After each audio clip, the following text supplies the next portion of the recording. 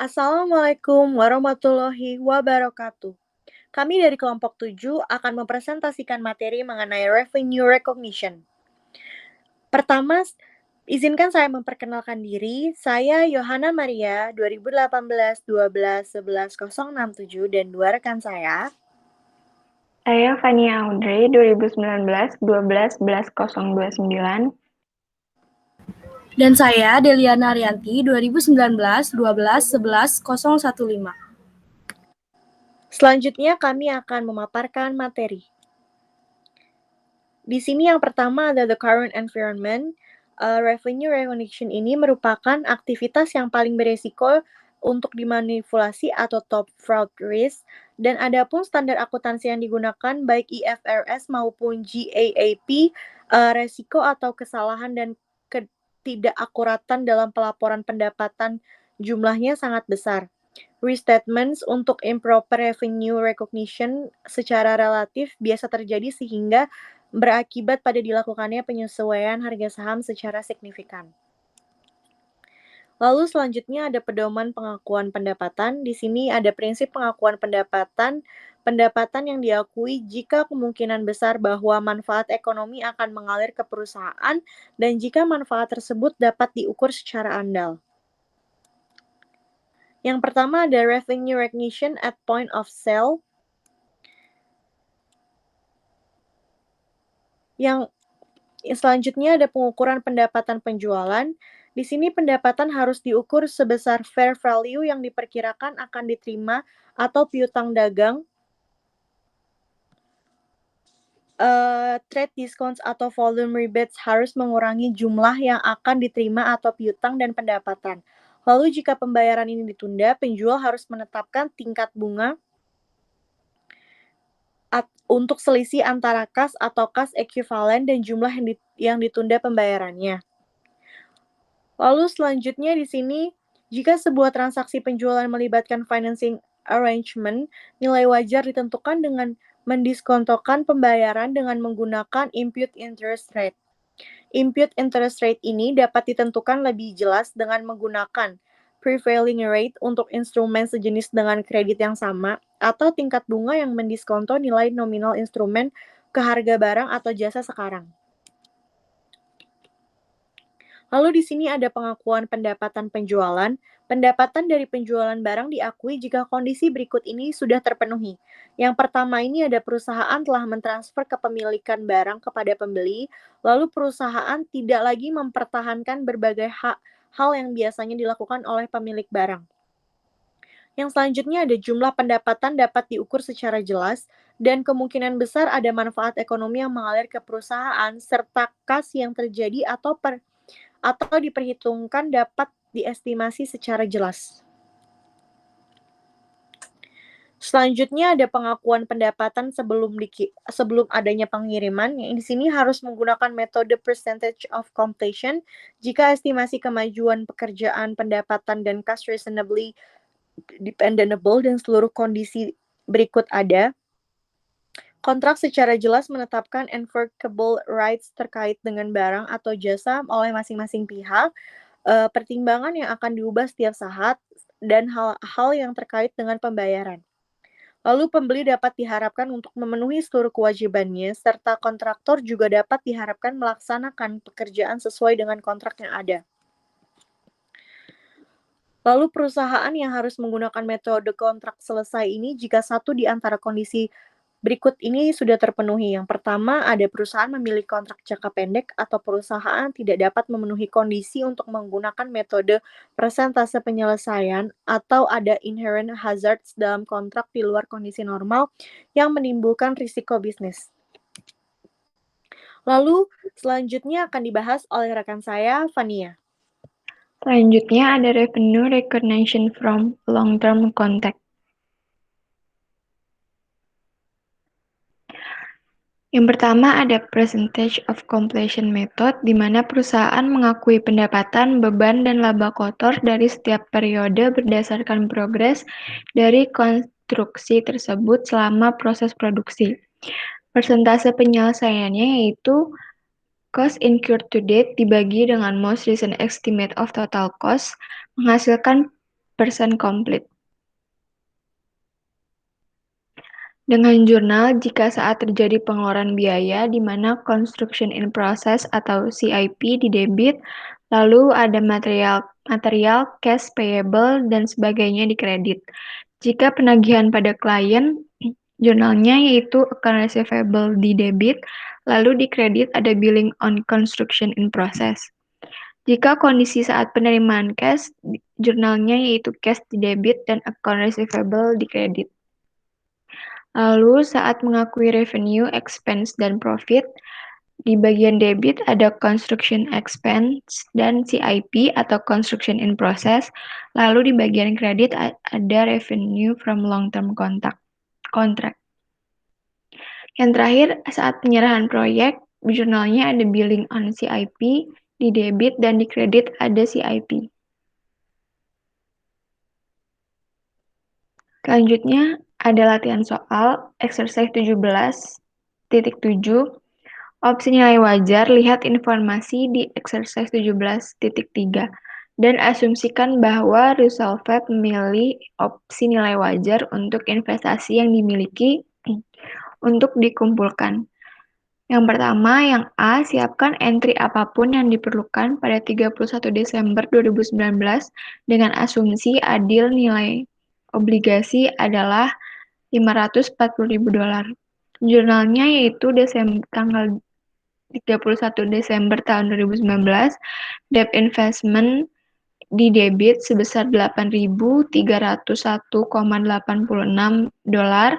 Lalu di bagian kredit ada unrealized holding gain or loss income sebesar $8.301,86 didapat dari $540.000 dikurang dengan $531.698,14. Yang B, soalnya siapkan entry apapun yang diperlukan pada 31 Desember 2020 dengan asumsi pameran nilai obligasi adalah $525.000. Jurnalnya pada tanggal 31 Desember 2020, di bagian debit ada unrealized holding gain or loss income sebesar $8.199.081 dan di bagian kredit ada debt investment sebesar $8.169,81 didapat dari $533.169.081 dikurang $525.000. Lalu carrying value at 12 Desember 2020 sebesar $540.000. Lalu ada amortization sebesar $6.830,19 menghasilkan carrying value at 12 Desember tahun 2021 sebesar $533.169,81. Selanjutnya, exercise 17.15. Disajikan di bawah ini dua situasi independen. Situasi yang pertama yaitu Hatcher Cosmetic memperoleh 10% dari 200.000 saham biasa Ramirez Fashion dengan total biaya $14 per saham pada tanggal 18 Maret 2019. Pada tanggal 30 Juni, Ramirez mengumumkan dan membayar dividen tunai sebesar $75.000. Pada 31 Desember, Ramirez melaporkan laba bersih sebesar $122.000 untuk tahun ini. Pada tanggal 31 Desember, harga pasar Ramirez Fashion adalah $15 per saham. Investasi diklasifikasikan sebagai perdagangan. Sedangkan pada situasi yang kedua, Holmes Inc. memperoleh pengaruh signifikan atas Nadal Corporation oleh membeli 25% dari 30.000 saham biasa Nadal yang beredar dengan total biaya $9 per saham. Saham pada 1 Januari 2019. Pada 15 Juni, Nadal mengumumkan dan membayar dividen tunai sebesar $36.000. Pada 31 Desember, Nadal melaporkan laba bersih sebesar $85.000 untuk tahun itu.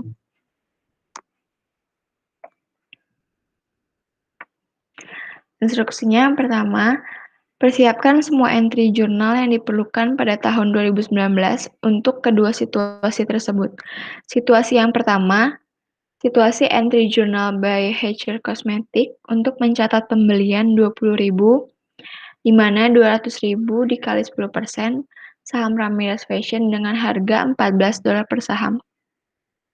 Jurnalnya pada 18 Maret 2019 yaitu equity investment di debit sebesar $280.000 dan cash di kredit sebesar $280.000 didapat dari 20.000 dikali $14. Lalu untuk mencatat pendapatan dividen dari Ramirez Fashion, pada tanggal 30 Juni 2019 jurnalnya cash di debit sebesar 7.500 dan dividen revenue di kredit sebesar 7.500 didapat dari $75.000 dikali 10%.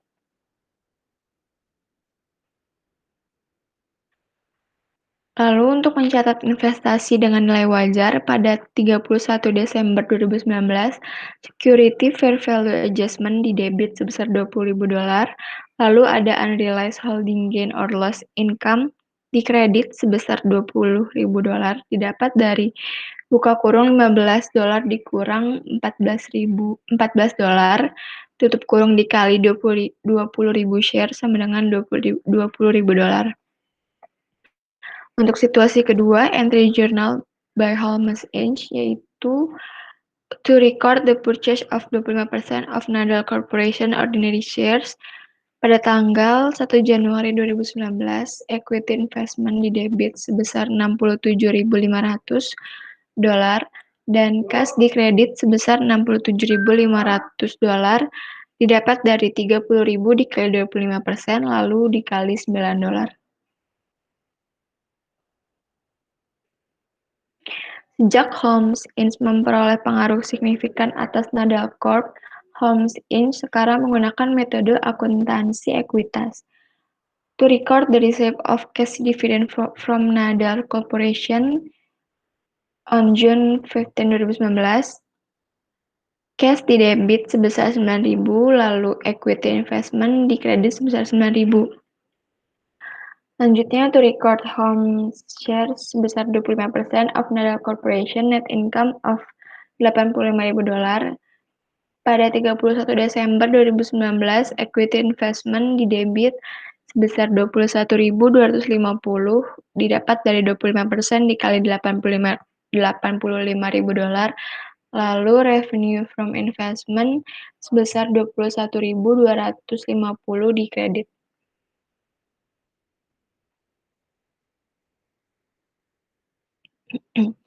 Exercise 1723. Elena Company memiliki investasi berikut pada 31 Desember 2019.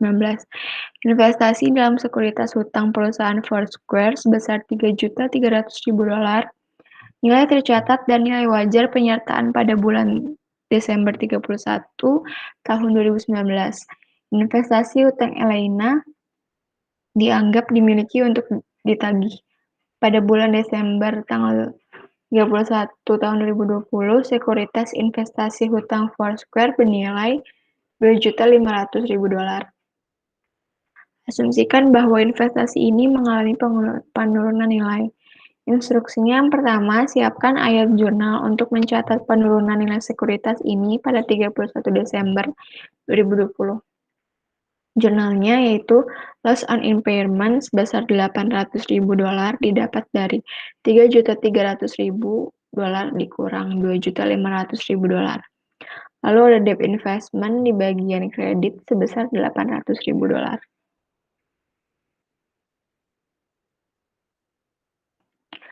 Selanjutnya yang B, dengan asumsi nilai wajar investasi hutangnya adalah $2.950.000.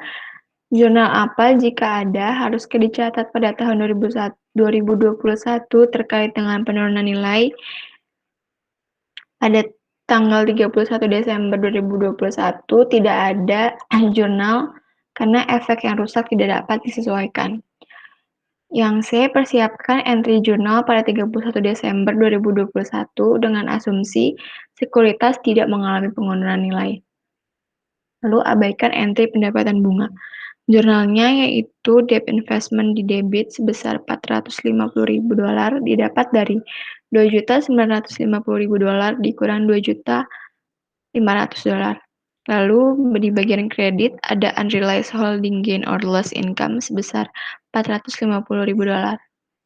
Selanjutnya akan dijelaskan oleh Delia. Selanjutnya yang D, asumsikan bahwa investasi hutang pada perusahaan Foursquare dimiliki untuk pengumpulan dan penjualan dan kerugian kredit yang diharapkan adalah $250.000. Persiapkan jurnal untuk mencatat penurunan nilai ini pada tanggal 31 Desember 2020. Jurnalnya itu di debit ada loss on impairment sebesar $800.000 dan di kredit allowance for impaired debt investment sebesar $800.000.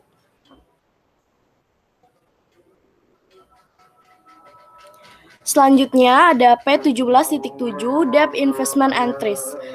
Investasi hutang Wildcat Wilders. Yang pertama, pada tanggal 1 Februari, perusahaan membeli 10% obligasi Gibson PLC yang memiliki nilai nominal $300.000 pada 100 ditambah bunga yang masih harus dibayar. Bunga dibayarkan pada bulan April 1 dan 1 Oktober. Yang kedua, pada tanggal 1 April, bunga semesteran diterima. Yang ketiga, pada tanggal 1 Juli, 9% obligasi Samsung Inc. dibeli. Ikatan ini dengan nilai nominal €200. Dibeli 100 ditambah bunga yang masih harus dibayar. Bunga tanggal 1 Juni dan 1 Desember. Pada tanggal 1 September, obligasi dengan nilai nominal $60.000 dibeli pada 1 September. 1 Februari dijual dengan harga $99 ditambah bunga yang masih harus dibayar. Yang kelima, pada tanggal 1 Oktober, bunga semesteran diterima. Yang keenam, pada tanggal 1 Desember, bunga semesteran diterima. Yang ketujuh, pada tanggal 31 Desember, nilai wajar obligasi yang dibeli 1 Februari lalu, tanggal 1 Juli masing-masing adalah 95 dan 93.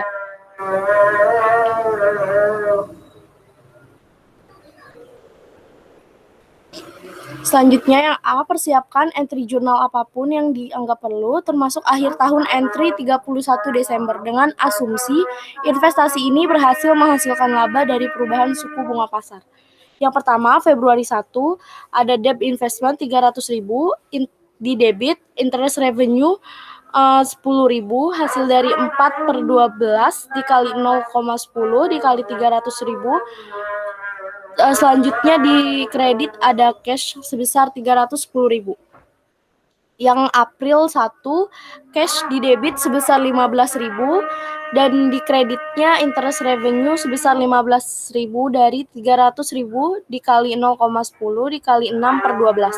Selanjutnya Juli 1, debt investment sebesar $200.000, interest revenue-nya $1.500, hasil dari 1/12 dikali 0,9 dikali $200.000 dan cash-nya sebesar $201,500. Selanjutnya September 1, cash-nya itu $60.000 dikali 99% ditambah $60.000 dikali 0,10 dikali 5/12 sama dengan $61.900. Di debit, loss on sale of investment-nya $600. Terus di kreditnya ada debt investment sebesar $60.000 dan interest revenue dari $60.000 dikali 0,10 dikali 5/12 sebesar $2.500.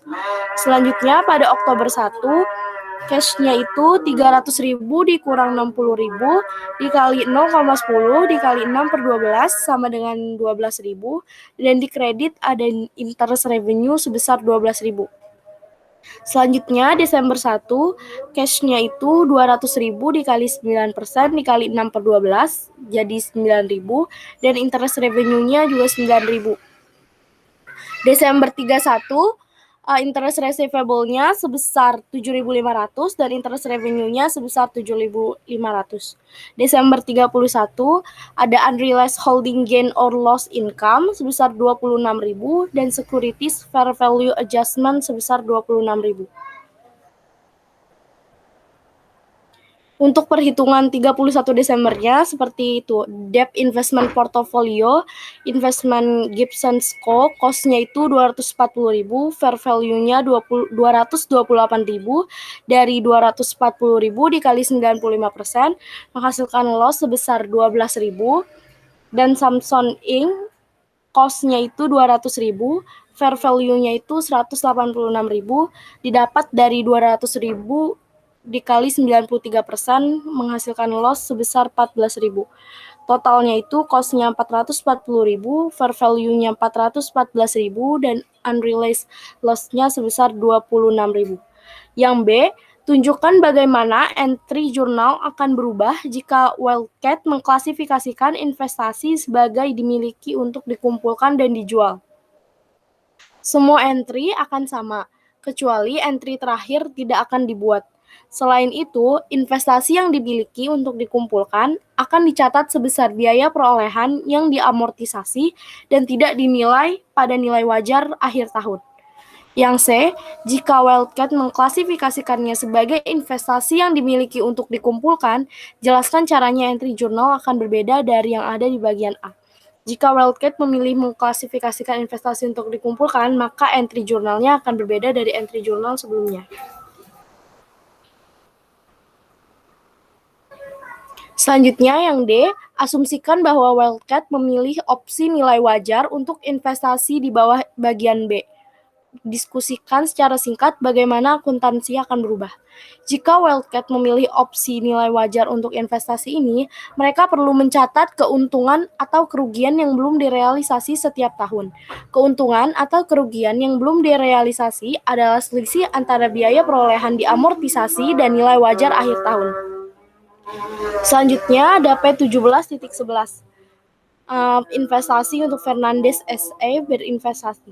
Kelebihan kas dalam investasi sekuritas selama 2019, model bisnis untuk investasi ini adalah untuk mendapat keuntungan dari perdagangan pada perubahan harga. Instruksinya itu pada tanggal 31 Desember 2019, portofolio investasi ekuitasnya terdiri sebagai berikut. Investasinya Lindsay Jones Inc, kuantitasnya 1.000 saham, biayanya 15.000, nilai wajarnya 21.000. Polai Corp, kuantitasnya 2.000 saham, biayanya 40.000, nilai wajarnya 42.000. Arnold Aircraft, kuantitasnya 2.000, biayanya 72.000, nilai wajarnya 60.000. Totalnya untuk biayanya ada 127.000 dan nilai wajarnya ada 123.000.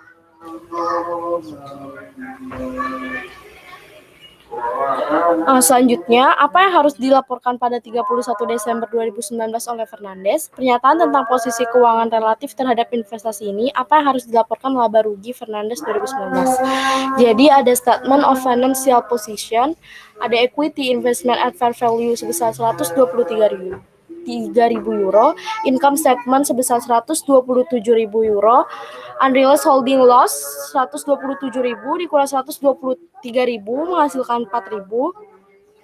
Selanjutnya, selama tahun 2020, Fernandes menjual 2.000 saham Polai Corp, yaitu 38.200, dan membeli 2.000 lagi saham Lindsay Jones Inc. dan 1.000 saham perusahaan DAF pada 31 Desember 2020. Ekuitas Fernandes portofolio investasi terdiri sebagai berikut. Investasi Lindsay Jones Inc. kuantitinya 1.000 saham, cost-nya 15.000, dan par value-nya 20.000 euro. Lindsay Jones Inc. kuantiti sahamnya 2.000 saham, cost-nya 33.000, fair value-nya 40.000. Selanjutnya ada DAF Company, kuantitinya 1.000 saham, cost-nya 16.000, fair value-nya 12.000. Selanjutnya ada Arnold Aircraft, kuantitinya 2.000 saham, cost-nya 72.000, fair value-nya 22.000. Totalnya cost-nya sebesar 136.000 euro dan fair value-nya 94.000 euro.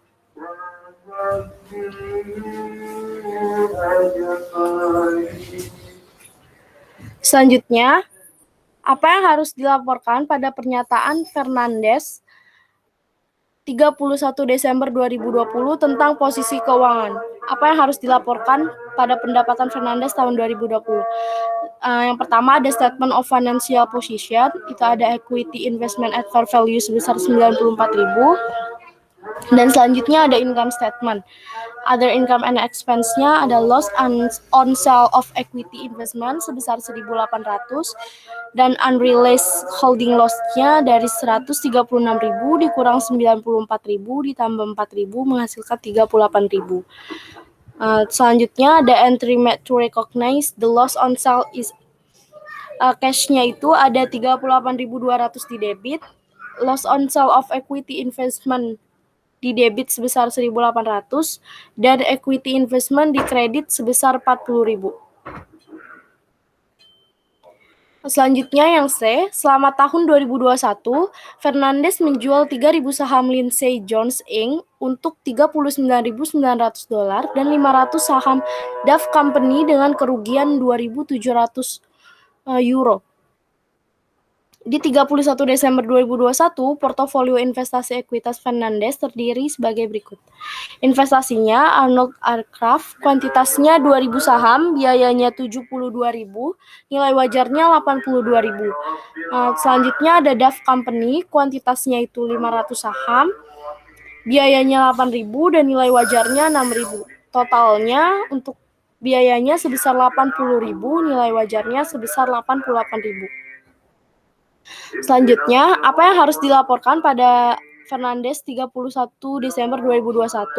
Laporan posisi keuangan, apa yang harus dilaporkan pada Fernandes 2021 pada laporan laba rugi? Yang pertama, ada statement of financial position. Equity investment at fair value-nya itu sebesar 88.000. Selanjutnya ada income statement, other income and expense. Loss on sale of equity investment 8.100 ditambah 2.700 sebesar 10.800. Unrealized holding gain 42.000 dikurang 88.000 dikurang 80.000 menghasilkan 34.000.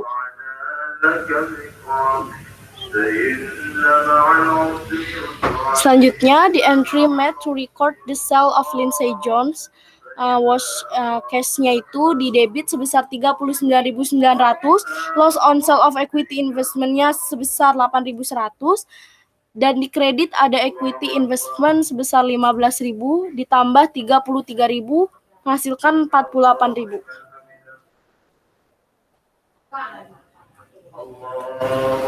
Sekian dari kelompok kami, kurang lebihnya mohon maaf. Wassalamualaikum warahmatullahi wabarakatuh.